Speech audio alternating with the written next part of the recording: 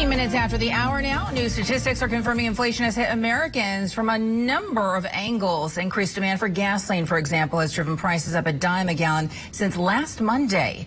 In some states, it's much worse. Alaska seeing a 34-cent increase in 1 week. Connecticut, 30 cents.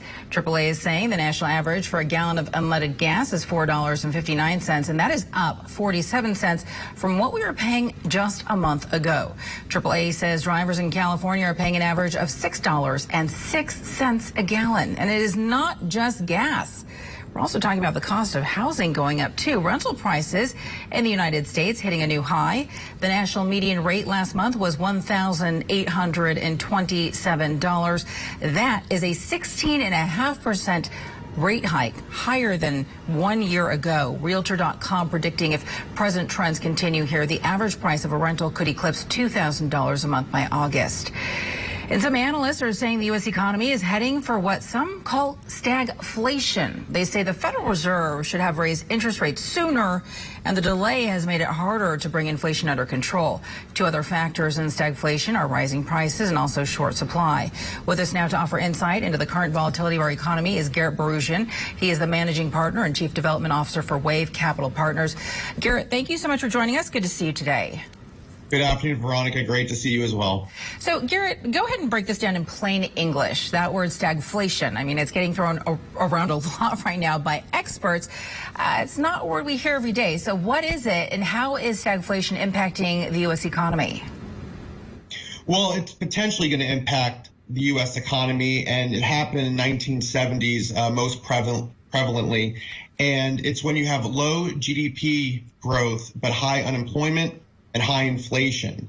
And when you think about what we're experiencing with supply chain disruption and coming out of a pandemic and all the geopolitical factors with the Russian-Ukrainian war and some of the other known factors as well, is why they're talking about experts on Wall Street, financial experts, economists, business owners on Wall Street, Main Street are talking about stagflation. And it's something that we have to keep mindful of as we enter third and fourth quarter growth in this upcoming in the rest of 2022. But it just doesn't feel like we're there yet, right? I mean, unemployment has been at a record low. I think the last time we checked in on it was at 3.6%. And you're saying that stagflation at the end of the day is rising prices, short supply, plus high unemployment. So why is stagflation the worry here? I would think that it would be a recession. Well, it definitely is going to be, in my opinion, a recession. And then where recession inflation comes in is stagflation, when, again, you have the high inflation and you have low GDP growth, but then you have high unemployment. And if we stop growing as an economy because of high interest rates and because the Fed was not as willing to raise interest rates as soon as that they started to, and it's not going to be where you have your cake and eat it too, so to speak. You can't try to raise interest rates and think that growth can slow a little bit, but not think that jobs can't be cut and people can then suddenly come out of work and be out of work. So that's where stagflation comes in, where we might see over the next, I'd say 2 to 3 months, we might see unemployment rise because of growth getting pulled back and a shrinkage of our balance sheets because the economy is getting smaller over time. So I think that at the end of the day, a lot of this has to do with the Federal Reserve and the way they have been using interest rates and the way that they have been raising interest rates, if you will. I know that Jerome Powell, he raised them 50 basis points the last time the Fed met. The question here is, he was doing this in order to get the economy to cool. But that's what we're saying now. So is this too little too late? Should he have moved sooner? Definitely should have moved sooner. And I know hindsight is only and always 2020, but definitely could have moved sooner. They were using the word transitory, and information that I was gathering that even the Biden administration thinks that we're transitioning out of, the post-pandemic slump or really downfall because of having a shutdown of businesses and, unemployment, going into double digits. Well, we might not see unemployment go that much higher, with potential stagflation, because we're not going to see another shutdown and where people are going to be staying at home. Thankfully, we have vaccines. Thankfully, people are, being mindful of the science.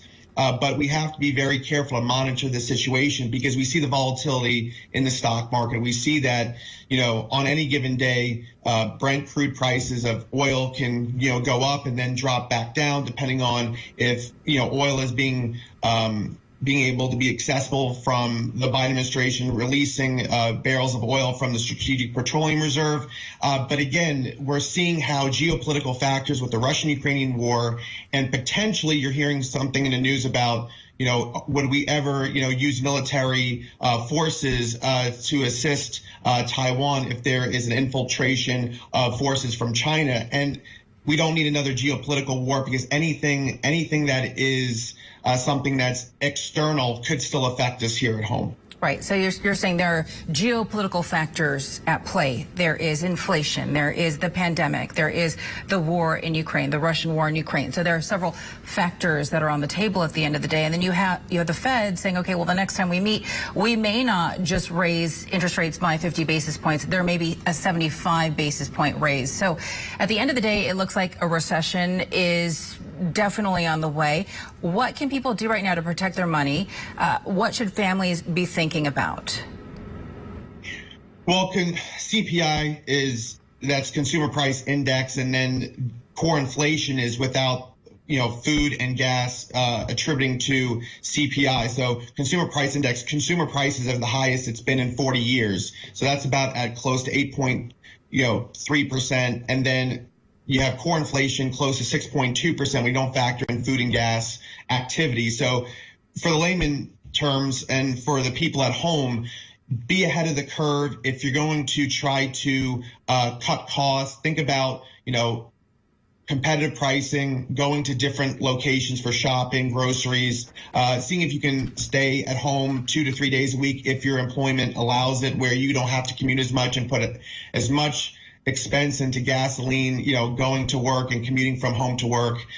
Just, again, be ahead of the curve. Be an informed citizen. The best thing about America is that we have access to all this information, data, and resources. Being an informed citizen, just reading and, talking to local experts, your financial advisors, even, reading about what economists are saying, because, at the end of the day, as much as we want to be able to give very sound advice and having people be able to make informed decisions, even the greatest minds and experts in economics and in the financial world can't predict volatility in the market and can't predict, when potential stagflation could occur or when this recession might occur. But all evidence at this point, and looking back historically, says that we're on the wrong track, and we have to be as careful and judicious in how we spend our money, saving our money, really boosting up savings. If you're looking to purchase a house, maybe you want to put that off.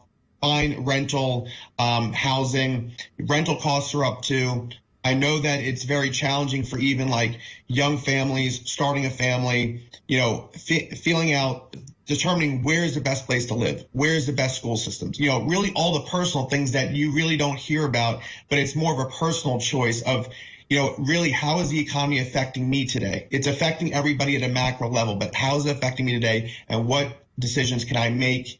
And talking to the experts and talking to people close to home, neighbors, whomever, to really try to make the best decisions. And it's simple, but it's also profound in, what you can do to better your circumstances at home. Yeah, it is really hard to make a lot of these decisions. And if we only had that crystal ball, that would tell us what was coming down the pike, right? Managing Partner and Chief Development Officer for Wave Capital Partners, Garrett Boorojian, thank you so much for your time. It's great to see you. Thank you so much, Veronica. Great to see you as well.